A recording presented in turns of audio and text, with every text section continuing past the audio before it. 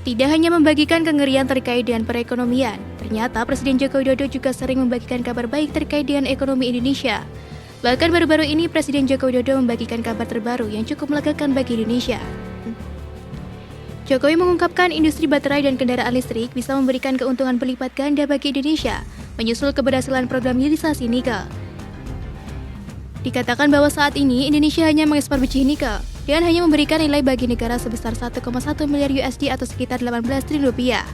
Namun saat hilirisasi nikel berjalan, hingga berupa produk stainless steel membuat nilai ekspor meningkat 18 kali lipat menjadi sekitar 320 triliun rupiah.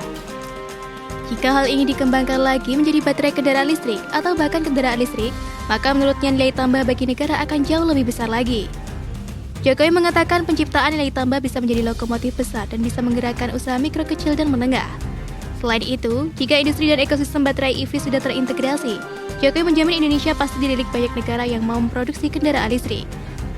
Terlebih, Indonesia memiliki cadangan bahan baku pendukung ekosistem kendaraan listrik yang besar, seperti nikel, tembaga, bauksit, dan juga timah. Tidak hanya itu, dalam kesempatan yang sama, Jokowi juga menyampaikan pesan Managing Director IMF Kristalina Georgieva yang mengatakan jika Indonesia merupakan titik terang di tengah kesuraman ekonomi global. Menurut Jokowi, penilaian Kristalina bukan tanpa alasan. Sejumlah indikator makroekonomi menguatkan hal tersebut. Ia menjelaskan kalau pertumbuhan ekonomi Indonesia kuartal 3 2022 mencapai 5,72% jauh di atas proyeksi untuk dunia, yakni di tahun 2022 sebesar 3,2%.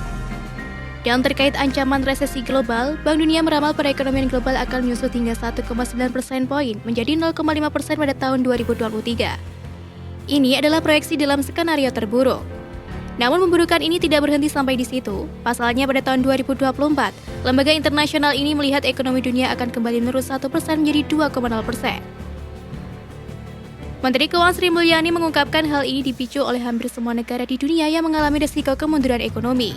Beberapa negara dipastikan mengalami resesi ekonomi, di antaranya ada Amerika Serikat, Eropa, Inggris, dan juga China. Sri Mulyani juga mengungkapkan ada negara-negara yang terbilang cukup baik ekonominya dan kuat dari guncangan resesi. Ia mengatakan Indonesia termasuk salah satunya. Sementara itu, IMF memperkirakan Indonesia tumbuh 5,3% tahun ini dan 5% pada tahun 2023. Namun meski begitu, Sri Mulyani juga mengungkapkan bahwa pihaknya turut mewaspadai kondisi eksternal meski Indonesia diprediksi masih tumbuh kisaran 5% pada tahun 2022 dan 2023. Kemudian Purchasing Manager Index Indonesia menurut Jokowi juga pada level ekspansif. Semua negara terkontraksi di mana rata-rata dunia sudah di bawah 50, sedangkan Indonesia 51,8% masih di atas 50%. Dan tepatnya sejak Mei 2020, neraca perdagangan RI surplus 30 bulan berturut-turut setelah sebelumnya selalu defisit. Kemudian indikator terakhir yang disampaikan Jokowi adalah neraca transaksi berjalan. Per 2019, Indonesia masih defisit 30 miliar US dollar atau minus 2,7% terhadap PDB. Dan sekarang diketahui telah surplus 4,4 miliar dolar Amerika Serikat atau 1,3% terhadap PDB. Dengan capaian tersebut, APBN 2023 akan tetap dirancang dengan desain optimistis namun tetap waspada. Optimisme ini, kata Sri Mulyani, karena pemerintah melihat proses pemulihan ekonomi Indonesia berjalan dengan baik. Makanya, defisit APBN diperkecil menjadi 2,84% dari 2022 yang diperkirakan 3,92%. Selain itu, asumsi makro terdiri dari PDB, pertumbuhan ekonomi, inflasi year on year, nilai tukar rata-rata, suku bunga, harga minyak rata-rata, lifting minyak realisasi, dan lifting gas. APBN 2023 juga telah menargetkan pertumbuhan ekonominya sebesar 5,3%.